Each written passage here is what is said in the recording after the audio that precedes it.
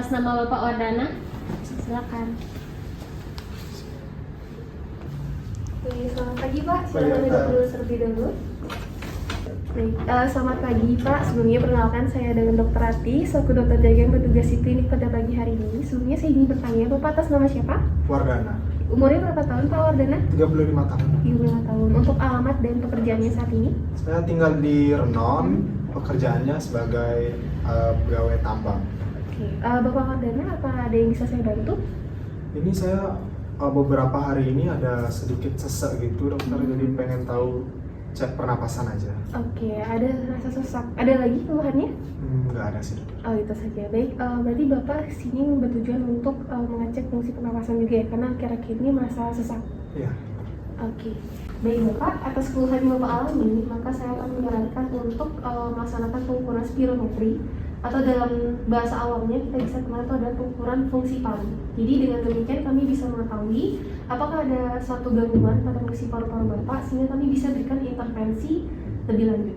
Untuk prosedurnya sendiri, nantinya saya akan minta Bapak untuk meniup dengan sekuat-kuatnya, tapi sebelumnya Bapak bisa awali dengan menarik nafas lebih dulu, menarik nafas dalam, kemudian bisa tiup dengan sekuat-kuatnya. Nanti kami akan mendapatkan hasil dengan pengukuran menggunakan alat spirometer, sehingga kami bisa interpretasikan apakah ada satu kelainan pada fungsi paru-paru Bapak. Mungkin dalam prosesnya nanti Bapak akan merasa kurang nyaman, karena akan ada pengulangan yang membuat mungkin Bapak sedikit lelah dan lain sebagainya. Apakah Bapak bersedia? Bersedia dokter. Ya, terima kasih. Mungkin setelah ini silakan untuk menunggu terlebih dahulu di bed pemeriksaan sebelah sana. Saya akan menyiapkan alat dan bahan serta uji tangan. Baik, adapun alat dan bahan yang diperlukan dalam pemeriksaan spirometri. Lalu turbin ini ya bentuknya ada seperti baling-baling ya, dan beberapa saringan. Oke, lalu ada penutup hidung ya, supaya pada saat nanti mengeluarkan nafasnya itu tidak keluar dari hidung, jadi semuanya harus keluar dari mulut si yang diperiksa. Oke, cara pemasangannya adalah pertama-tama alat ini, spirometrinya, kita hubungkan dulu dengan turbinnya.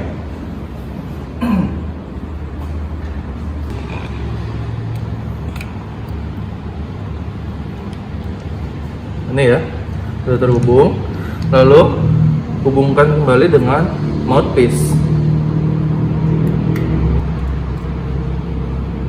sehingga nanti mouthpiece ini akan menjadi tempat untuk meniupkan angin atau udara yang dilakukan oleh yang akan diperiksa. Oke, selanjutnya kita akan lanjut ke prakteknya. Untuk mengoperasikan alat, pertama-tama kita hidupkan dulu dengan menekan tombol power, sehingga mesin akan menyala. Nah, di sini terdapat beberapa menu, ada modify, FVC, VC, MVV, data. Nanti data akan keluar apabila pemeriksaan sudah selesai. Proses pertama yang akan kita lakukan adalah mengisi identitas probandus.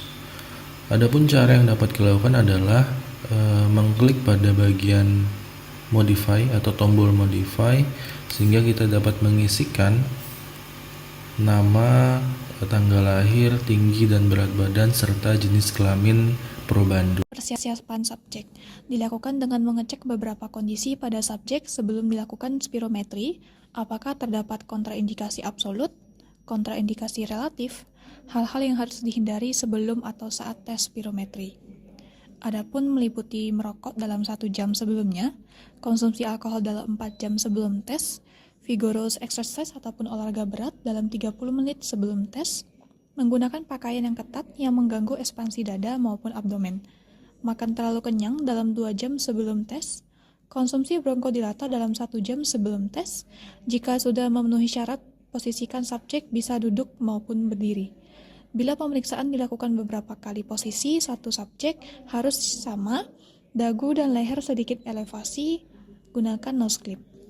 Bapak silakan tarik nafas sedalam atau semaksimal mungkin. Hasil spirogram akan dinilai apakah memenuhi syarat atau tidak. Pemeriksaan sudah dianggap acceptable karena bebas dari error, yaitu tidak terdapat kesalahan pada stat berupa tidak terjadinya ekshalasi paksa yang total, tidak ada batuk, variabel effort, tertutupnya glotis, serta pemberhentian yang dini tidak terjadi. Pemeriksaan juga dianggap reproducible karena manuver dilakukan sebanyak 3 kali. Baik Pak, terima kasih sebelumnya sudah mengikuti proses pemeriksaan dengan sangat baik. Jadi dari hasil pemeriksaan yang telah saya jelaskan sebelumnya, hal yang saya ingin tekankan adalah dari hasil pemeriksaan tersebut, fungsi dari paru-paru Bapak itu masih dalam batas normal, tidak ada indikasi adanya obstruktif ataupun restriktif. Jadi tidak ada indikasi adanya sumbatan ataupun gangguan dari daya mengembang dari paru-paru Bapak. Di hasil itu masih dalam batas normal. Mungkin rasa sesak nafas yang Bapak rasakan tersebut dialami ketika Bapak bekerja ataupun apalagi Bapak mengatakan tadi bekerja di tempat tambang. Oke. Jadi mungkin kedepannya Bapak bisa menggunakan masker, meningkatkan APD sehingga Bapak terminimalisir setidaknya terpapar oleh debu-debu. Baik, ada pertanyaan Pak? Tidak ada. Apakah mengerti apa yang saya sampaikan? Mengerti, Pak. Terima kasih Pak, semoga cepat lekas sembuh. Terima kasih dokter.